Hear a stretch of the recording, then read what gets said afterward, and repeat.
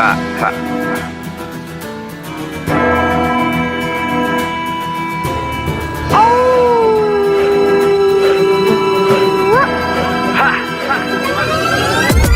Shields and swords, feel the wars, fighting my blood down to the core. Warriors from medieval age, fear the reign of night brigades. Crusades into the room, moving through the temples and tombs. Scared and placed, prepare to face Professor Awesome and the minions of doom. Professor Awesome and the minions of doom. Professor Awesome and the minions of doom. Professor Awesome and the minions of doom. Professor Awesome and the minions of doom. Professor Awesome and the minions of doom.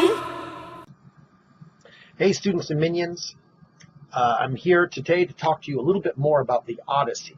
Homer's The Odyssey, that is. And I have some things today to say which might seem counterintuitive, but I hope that you'll listen to this, and even if you disagree with me, we'll at least try to understand where I'm coming from. And really what I want to talk about today is the idea of the epic quest. And I'm going to argue that the Odyssey challenges the conventions of the epic quest. That what we normally think of the way as an epic quest working, the Odyssey in many ways just reverses that. Now, that might sound crazy, because if I asked you to come up with an epic quest in literature, I would wager that most people would probably, their go-to would be the Odyssey. That would be the first thing that they would say. And so the idea that this is somehow challenging the conventions of it seems crazy. I mean, doesn't the Odyssey really, for us, establish the conventions of the epic quest? And I think that's because we focus on that particular work, but you have to realize the idea of the epic and the idea of the epic quest is much, much older than the Odyssey. I mean, the Odyssey, we're not even talking until the classical era, when you get Homer writing. You go back to the ancient era, things like the Epic of Gilgamesh or the Mesopotamian Enuma Elish or things like this, and that's 1,000 years before. And just think about the amount of development that any kind of genre or any kind of art form goes over in 1,000 years. You will sometimes, for example, see TV shows today which are parodies of the situation comedy or the sitcom. The sitcom, as a genre on television, has only been around for a few decades, really. We'll say less than 100 years at best. So maybe starting with the Honeymooners. So we're talking at least 1,000 years. And in fact, when we look at older ancient texts like the Enuma Elish or the Epic of Gilgamesh, even though those are really the earliest ones that we have surviving, the idea of the epic quest seems to have already been pretty well established. It seems like there's this long oral tradition of epics, this long oral tradition of quest narratives that is prehistoric, that we don't have a record of, but by the time we start to see them written down in those few that come to us in cuneiform tablets or stone or other things which survive over time, that they're part of a long tradition that already had existed. So best guess is that by the time you get Homer writing the Odyssey, the idea of the quest and the epic had been around for at least 1,000 years, and probably thousands of years by that time. So we're not talking about, by the time Homer's writing the Odyssey, we're not talking about him making up a new sort of genre. Well, what sorts of things do you think about normally when you think about the epic quest? Well, you think about the hero going out into the world, often to make his fortune. Sometimes there's a crisis that he has to fix. He goes out in the world to war or an adventure or to defeat some exterior threat before he can return, maybe return to his homeland. Sometimes the threat is a god or a demon or something of this nature. And so when you think about quest narratives, the going out is almost always the hard part. The return is kind of just not dealt with a lot. A good modern example of this, I think, might be Tolkien's The Hobbit and Lord of the Rings. In The Hobbit and Lord of the Rings, we have this sense that these are long and arduous journeys that the characters go on to the main climactic moment. And then in the case of The Hobbit, the return journey is handled with, I think, maybe a paragraph, not very much at all. And it's like, oh yeah, and he got back safely. And here's what happened when he got back. In one book of The Lord of the Rings, which is a 3-volume set. When you think about things even back further, like the Epic of Gilgamesh, we have Gilgamesh's whole journey outward, given to us to go meet Utnapishtim. But the journey back is then, and then he went back. And that's basically it. There's no reason to think that the journey back would have been any easier than the journey there. We're still going through treacherous territories with monsters and things. But that's just sort of skipped over because, well, the epic itself is about going out and becoming something. And we see this not just in the quest narrative of the epic, but all the way down to the fairy tales, where you have, even down to 3 little pigs have to go out in the world to make their fortune, go out in the world to create a home for themselves out there, not about coming home. In the case of the Odyssey is really about going home. The whole time, all that Odysseus wants to do, all he's trying to do, is going home. And we can look at this and we can say, yeah, but he has all these adventures with monsters, and there's the Trojan War and all those things. True.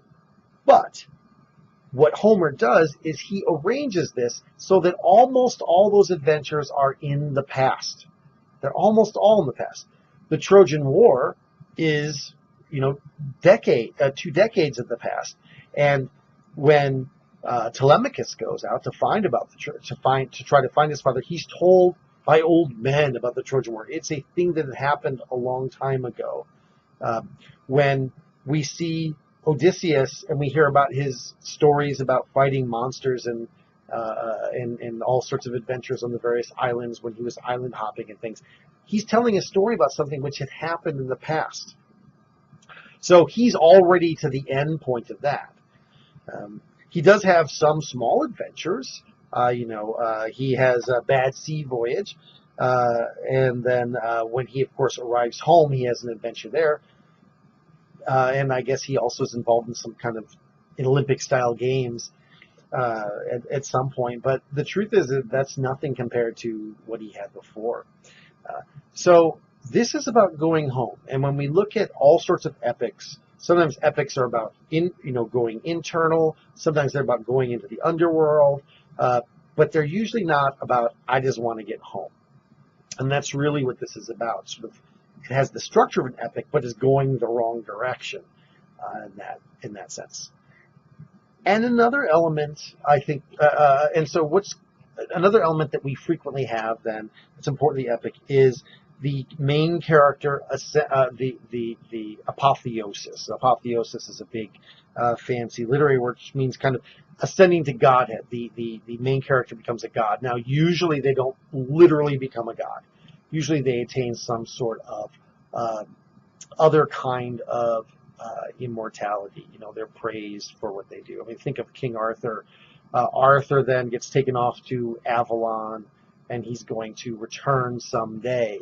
That's not a thing that most people get to do.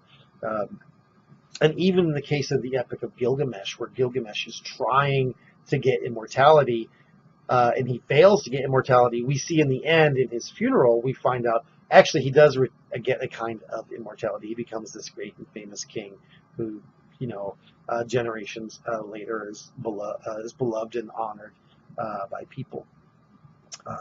And so even things like that occupy this, where literally they cannot become a god. Part of the problem in Paradise Lost, which is the structure in many ways of an epic, is that Eve wants to become like a god, and Adam wants to make the moral judgments of God, and then they have to get cast out of the garden.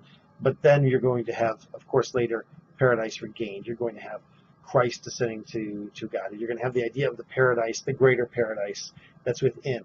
Dante's Inferno, you're going to go down into the Inferno, but you're going to eventually come up in Paradiso. And even though you do not literally become God, you ascend to the Godhead. That's not the case in the Odyssey.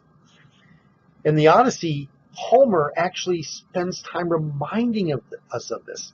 At the beginning, what Odysseus has to reject is immortality.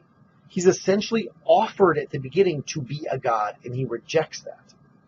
And when he rejects that, we're also shown on a couple separate occasions, one time by Odysseus literally going to the underworld, what awaits him. Odysseus knows what awaits him in the underworld. And the underworld that we see in the Odyssey is not a heroic place. It's not a fun place to be. It's not a place where great deeds are done. It's a place where shades just sort of dwell. And Odysseus, when he rejects the offer of immortality, he already knows, because he's seen it firsthand, what awaits him, what the underworld will be like. And so he's off to do that. He rejects that. He rejects immortality. He rejects apotheosis, and he embraces death. And so instead of living out this life of a demigod, what he is on a quest to do, and he successfully does, is to go home. Go home, and he does defeat the suitors in this kind of big battle with him and his son. But defeating the suitors, he's simply clearing them out. This allows him to simply take his place as a husband and father. And so, in this way, I think that the Odyssey has all the same form, has everything which we would consider part of the normal epic quest, but it challenges the convention of the epic quest by going the other way. Rather than by being safe and at home, established, and then something threatens that and you have to go out in the world and defeat that. Instead, the Odyssey is the idea that the outside world is what you leave behind, and the true quest is to go home and live out your life as husband and father.